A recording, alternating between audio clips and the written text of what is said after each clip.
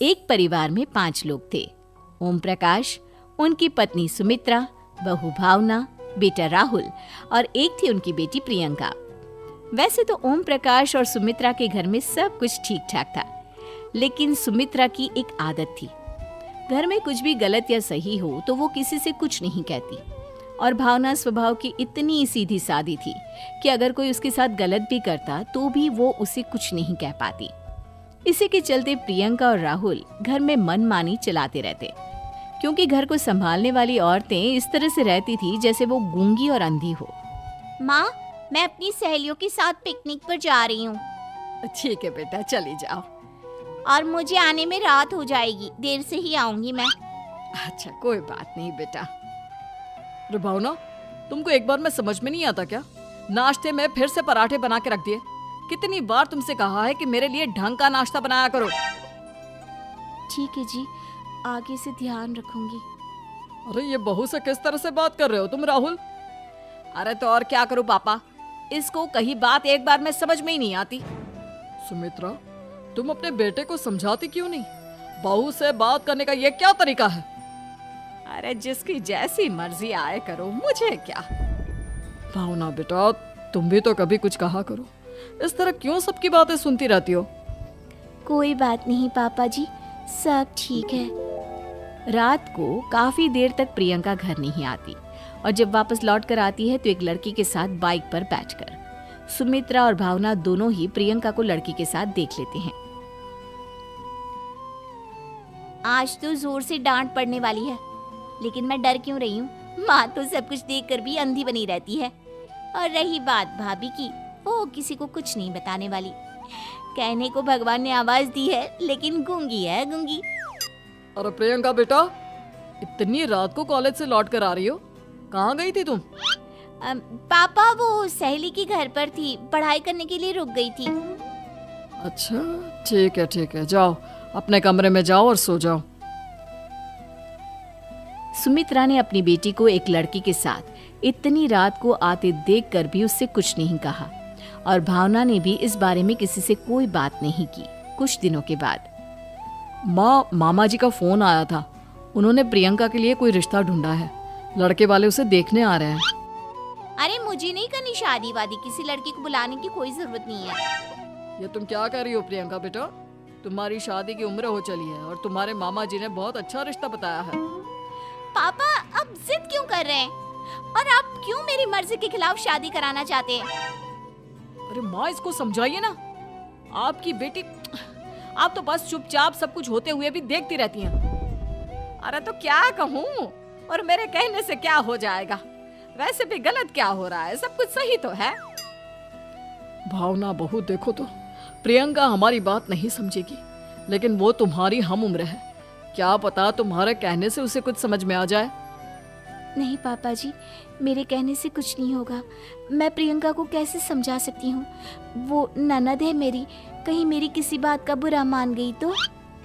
सुमित्रा और भावना में से कोई भी प्रियंका को कुछ नहीं समझाता। इस बात से राहुल और ओम प्रकाश जी दोनों ही परेशान हो जाते हैं। और फिर जब लड़का प्रियंका को देखने के लिए आता है, मुझे आपकी बेटी बहुत पसंद है, मैं उसके साथ शादी करने के लिए तैयार हूँ। देखो, मुझे तुमसे शादी नहीं करनी, और ये बात जितनी जल्दी समझ में आ जाए अच्छा रहेगा। अरे तो फिर आप लोगों ने मुझे यहाँ बुलाया ही क्यों? माफ कर दो बेटा, वो हमारी बेटी जरा गुस्से में है, हम उसे समझाने की कोशिश करते हैं। हाँ, देखिए आप नाराज मत होइए, वो तो उसने बस ऐसे ही कह दिया होगा। अरे कोई ऐसे ही कुछ कहता है क्या? और ये आपकी पत्नी और माँ, ये दोनों इस तरह चुपचाप क्यों बैठे हैं, जैसे इस घर के मेंबर ही ना हो? आपके घर में सब कुछ ठीक तो है ना? अरे सब कुछ ठीक है बेटा। सुमित्रा, समझाओ ना अपनी बेटी को। अरे क्या समझाऊं, क्या होगा समझाने से? सब ठीक ही तो हो रहा है, गलत क्या हो रहा है? भावना, प्रियंका को अंदर लेकर जाओ और उससे समझाओ कि कितना अच्छा रिश्ता है। इतना अच्छा लड़का है, इस तरह से बिहेव ना करे। नहीं नहीं जी, मैं किसी से कुछ नहीं कह सकती जी। अरे अजीब परिवार है, मुझे तो यहाँ से निकलना पड़ेगा। इस तरह से तो आपकी बेटी की शादी किसी से नहीं हो सकती। जिसके घर की औरतें गूंगी और अंधी बनकर बैठ जाए, उस घर का कुछ नहीं हो सकता। ओम प्रकाश और राहुल सुमित्रा और भावना की हरकतों की वजह से बहुत परेशान हो जाते हैं। एक दिन वो दोनों आपस में बात करते हैं। पापा, समझ में नहीं आता कि भावना और माँ को कैसे समझाया जाए।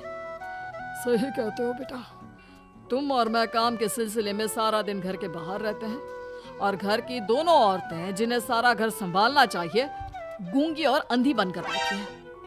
पापा आप ही बताइए इसका क्या उपाय है? मेरी तो कुछ समझ में नहीं आता बेटा, लेकिन हमें कुछ तो करना पड़ेगा क्योंकि इन सब की वजह से प्रियंका बहुत ज्यादा बिगड़ती जा रही है। तुमने देखा उसने किस तरह से बिहेव किया था। अरे लेकिन पापा हम करेंगे क्या? हमें एक नाटक करना होगा। कुछ दिनों के लिए हम भी गूंगे और बहरे बन जाते हैं, उसके बाद इन दोनों औरतों को अकल आएगी। हाँ पापा, शायद आपकी बात ठीक है। हम दोनों हर बार बात को संभाल लेते हैं और इसी वजह से माँ और भावना कुछ भी करने की कोशिश ही नहीं करते। और फिर अगले दिन, भावना, नाश्ते में क्या बनाया है? जी पराठे बनाए हैं। मेरे लिए पोहा बना दो। अच्छा जी ठीक है, अभी बना देती हूँ जी। बहू, नाश्ते में क्या बनाया है? पापा जी पराठे हैं और पोहे बन रहे हैं। अरे बहू, मुझे तो उपमा खाने का मन था, मेरे लिए उपमा बना दो। ठीक है पापा जी, अभी बना देती हूँ। भाभी जल्दी से जरा मेरा कॉलेज का टिफिन तो पैक कर देना। और सुनो, मुझे ना भिंडी की सब्जी खाने का मन है। सुमित्रा चुपचाप बैठी बैठी सब कुछ देख रही थी। उसने किसी से कुछ भी नहीं कहा और ये देखकर भावना को मन ही मन गुस्सा आ रहा था, लेकिन वो किसी से कुछ नहीं कह रही थी। उसे लग रहा था कि ओम प्रकाश जी जो हमेशा उसकी साइड लेते थे वो भी आज चुपचाप बैठे हुए थे। शाम के वक्त प्रियंका अपने बहुत सारे दोस्तों को लेकर घर आती है और उधर दूसरी तरफ से राहुल भी अपने ऑफिस के दोस्तों को लेकर घर आ जाता है। प्रियंका अपने कमरे में तेज म्यूजिक चलाकर डांस करती है और राहुल अपने दोस्तों के साथ बैठकर जोर जोर से हंस रहा था। प्रियंका और राहुल मिलकर पूरे घर को अस्त व्यस्त कर देते हैं, लेकिन भावना उनसे कोई शिकायत नहीं करती और सुमित्रा जी भी चुपचाप बैठी रहती है। लेकिन भावना और सुमित्रा के अंदर का गुस्सा धीरे धीरे बढ़ रहा था। फिर रात को ओम प्रकाश और राहुल एक दूसरे से बातें करते हैं। पापा, हमने इतना कुछ किया फिर भी भावना कुछ बोलती ही नहीं और माँ भी कुछ गलत करने से किसी को रोकती ही नहीं।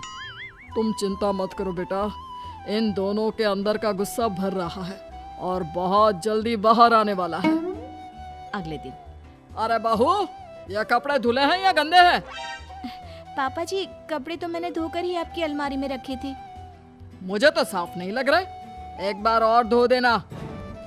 प्रियंका, मैं सोच रहा था कि तुम्हें उस लड़के से शादी नहीं करनी है ना, मत करो। एक काम करो, वैसे भी क्या रखा है शादी वादी में, तुम्हें जो लड़का पसंद है उसके साथ जाकर कोर्ट मैरिज कर लो।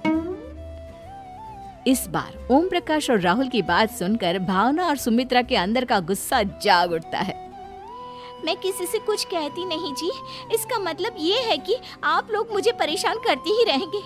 कल 4 बार मुझसे नाश्ता बनवाया, आज पापा जी मुझसे धुले हुए कपड़ों को बार बार धुलवा रहे हैं। अरे मैं इंसान हूँ जी, कोई मशीन नहीं हूँ।